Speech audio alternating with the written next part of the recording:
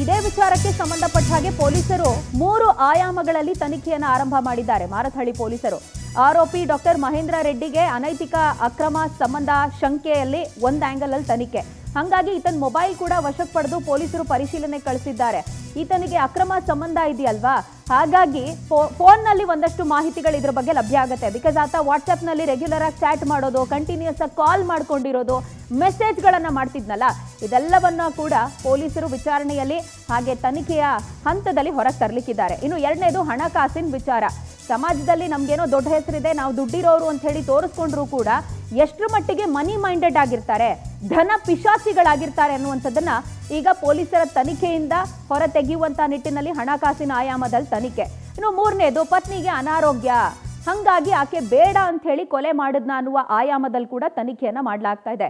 ಅನಾರೋಗ್ಯ ಇದೆ ಪತ್ನಿಗೆ ಅಂತ ಹೇಳಿದ್ರೆ ಕಟ್ಕೊಂಡಿದ್ದೀನಿ, ಮುಚ್ಕೊಂಡು ಆಸ್ಪತ್ರೆಗೆ ಕರ್ಕೊಂಡು ಹೋಗ್ಬೇಕು, ಆಕೆಯನ್ನು ನೋಡ್ಕೊಳ್ಬೇಕು ಅಂತ ಹೇಳಿ ಇರಬೇಕು. ಅದನ್ನ ಬಿಟ್ಟು ನಾನೇ ವೈದ್ಯ, ನಾನು ಟ್ರೀಟ್ ಮಾಡ್ತೀನಿ ಅಂತ ಹೇಳಿ ಈತನ ಮನಸ್ಸಿಗೆ ಬಂದ ಹಾಗೆ ಈತ ಟ್ರೀಟ್ಮೆಂಟ್ ಅನ್ನ ಕೊಡ್ತಾ ಆಕೆಯನ್ನ ಬೇರೆ ಆಸ್ಪತ್ರೆಗಳಿಗೆ ತೋರಿಸದೆ ನಿರ್ಲಕ್ಷ್ಯತನವನ್ನ ತೋರಿದ್ನಲ್ಲ, ಈ ಆಂಗಲ್ನಲ್ಲಿ ಕೂಡ ಸದ್ಯ ತನಿಖೆಯನ್ನ ಪೊಲೀಸರು ಆರಂಭ ಮಾಡ್ತಿದ್ದಾರೆ. ಇನ್ನು ಅನಾಸ್ತೇಷಿಯಾ ಏನ್ ಬಳಕೆ ಮಾಡಿದ್ದ, ಅದನ್ನು ಎಲ್ಲಿಂದ ತಂದಿದ್ದ, ಅದರ ಮೂಲ ಏನು ಅನ್ನೋದನ್ನು ಕೂಡ ಪೊಲೀಸರು ಬೆಳಕಿಗೆ ತರೋದಕ್ಕೆ ಮುಂದಾಗಿದ್ದಾರೆ. ಡೀಟೇಲ್ಸ್ ಕೊಡ್ತಾರೆ ನಮ್ಮ ಪ್ರತಿನಿಧಿ ವೆಂಕಟೇಶ್. ಒಂದು ಈತನ್ಗಿರುವಂತಹ ಅಕ್ರಮ ಸಂಬಂಧ, ಮತ್ತೊಂದು ಕಡೆಯಲ್ಲಿ ಈತನ ಮೈಂಡ್ ಸೆಟ್ಟು, ಹಣಕಾಸಿನ ವಿಚಾರ, ಹಾಗೆ ಈತ ಮಾಡಿದಂತ ಶೆಡ್ಯೂಲು, 3 ಆಂಗಲ್ನಲ್ಲಿ ತನಿಖೆ ಅಂತ. ಸೊ ಪೊಲೀಸರೀಗ ಯಾವೆಲ್ಲ ಸಾಕ್ಷಿಗಳನ್ನಾಗಿ ವಸ್ತುಗಳನ್ನ ಪರಿಗಣಿಸಿದ್ದಾರೆ ಅಂತ? ಪ್ರಜ್ವಲ, ಈ ಕೊಲೆ ಆದ ನಂತರ ಏನು ಆರೋಪಿಯನ್ನು ವಶಕ್ಕೆ ಪಡೆದಂತ ವೇಳೆಯಲ್ಲಿ ಪೊಲೀಸರಿಗೆ 3 ಡೌಟ್ಗಳು ಬರುತ್ತೆ. ಅಂದ್ರೆ ಈತ ಕೊಲೆ ಮಾಡೋದಕ್ಕೆ ಯಾಕೆ ಈ ರೀತಿಯಾಗಿ ಮಾಡದ, ಹೆಂಡತಿಗೆ ನಿಜವಾಗ್ಲೂ ಅನಾರೋಗ್ಯ ಇದ್ದಿದ್ದಕ್ಕೆ ಈತ ಕೊಲೆಯನ್ನ ಮಾಡದ್ನ, ಅಥವಾ ಹಣಕಾಸಿನ ವಿಚಾರವಾಗಿ ಈತ ಕೊಲೆಯನ್ನ ಮಾಡದ್ನ, ಅದನ್ನ ಹೊರತುಪಡಿಸಿದ್ರೆ ಕೊಲೆ ಆದ ನಂತರ ಈತ ಎಲ್ಲಿ 6 ತಿಂಗಳ ಕಾಲ ಇದ್ದ, ಜೊತೆಗೆ ಯಾರ್ಯಾರು ಕಾಂಟ್ಯಾಕ್ಟ್ ಅಲ್ಲಿ ಇದ್ದ, ಏನೆಲ್ಲ ಮಾಡ್ತಾ ಇದ್ದ ಅನ್ನೋದ್ರ ಬಗ್ಗೆ ಪೊಲೀಸರು ಈಗ ತನಿಖೆಯನ್ನ ಮಾಡ್ತಾ ಇದ್ದಾರೆ.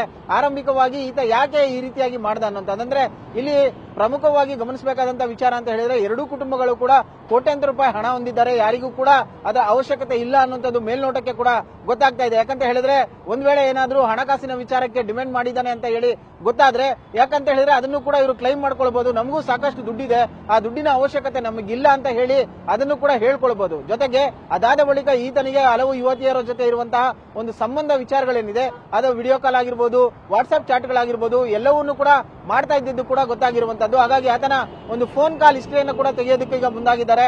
ಯಾರ್ಯಾರ ಜೊತೆ ಚಾಟ್ ಮಾಡಿದ್ದ, ವಿಡಿಯೋ ಕಾಲ್ ಮಾಡಿದ್ದ, ಈತನ ಟವರ್ ಡಂಪ್ ಲೊಕೇಶನ್ ಏನು, ಮತ್ತೆ ಎಲ್ಲಿ ಯಾರ್ಯಾರ ಜೊತೆ ಸಂಪರ್ಕದಲ್ಲಿದ್ದ, ಅದಾದ ಬಳಿಕ ಈತ ಎಲ್ಲಿ ವಾಸ್ತವ್ಯನ ಹೂಡಿದ್ದ, 6 ತಿಂಗಳ ಕಾಲ ಏನೇನ್ ಮಾಡ್ತಾ ಇದ್ದ ಅಂತೇಳಿ, ಅದಾದ ಬಳಿಕ ಈಗ ಈತ ಅನಸ್ತೇಷಿಯಾವನ್ನ ಕೊಡೋದಿಕ್ಕೆ ಯಾವ ಮೆಡಿಕಲ್ ಸ್ಟೋರ್ ಇಂದ ತಂದಿದ್ದ, ಅಂದ್ರೆ ಈತ ವೈದ್ಯನೇ ಆಗಿರೋದ್ರಿಂದಾಗಿ ಸಹಜವಾಗಿಯೂ ಕೂಡ ವೈದ್ಯರು ಅಲ್ಲಿ ಆಸ್ಪತ್ರೆಯಲ್ಲಿ ರೋಗಿಗಳಿಗೆ ಒಂದು ಅನಸ್ತೇಷಿಯನ್ನ ಕೊಡಬೇಕಾದಂತ ವೇಳೆಯಲ್ಲಿ ಸೊ ಅದನ್ನ ಈತ ಅಲ್ಲಿಂದನೇ ತಂದಿದ್ನ, ಅಥವಾ ಬೇರೆ ಮೆಡಿಕಲ್ ಇಂದ ಅಥವಾ ಬೇರೆ ಸ್ನೇಹಿತರ ಜೊತೆ ಏನಾದ್ರು ತರಿಸಿಕೊಂಡಿದ್ದ ಅನ್ನೋದನ್ನು ಕೂಡ ನೋಡ್ಬೇಕಾಗುತ್ತೆ. ಹಾಗಾಗಿ ಆ ಒಂದು ಆಂಗಲ್ ನಲ್ಲೂ ಕೂಡ ಪೊಲೀಸರು ತನಿಖೆಯನ್ನ ಮಾಡ್ತಾ ಇದ್ದಾರೆ.